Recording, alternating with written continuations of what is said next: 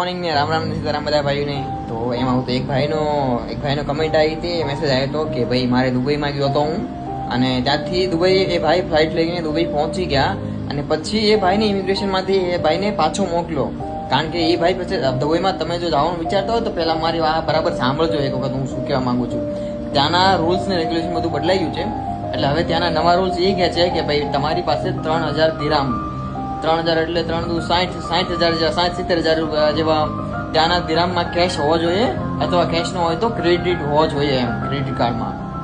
તો અને બીજું એ કે ભાઈ તમારી ઇન્ડિયા જવાની રિટર્ન ટિકિટ હોવી કન્ફર્મ હોવી જોઈએ, અને પ્લસ તમે જેટલા દિવસ રોકાવાના હોય એટલા દિવસ હોટલનો સ્ટે, હોટલનું બુકિંગ, તમારું બુકિંગનું વાઉચર બતાવવું પડે ત્યાં ઇમિગ્રેશનમાં. જો તમારી પાસે આ 3 વસ્તુ ન હોય ને તો તમને દુબઈમાંથી એન્ટર થતા પહેલા તમે ત્યાં પહોંચી જશો, ત્યાંથી ઇમિગ્રેશનમાં તમને પાછા મોકલશે. તો ભાઈ ટિકિટના પૈસા બધું વેસ્ટ જશે, ફ્લાઇટના પૈસા તમે જે ભર્યા ને બધા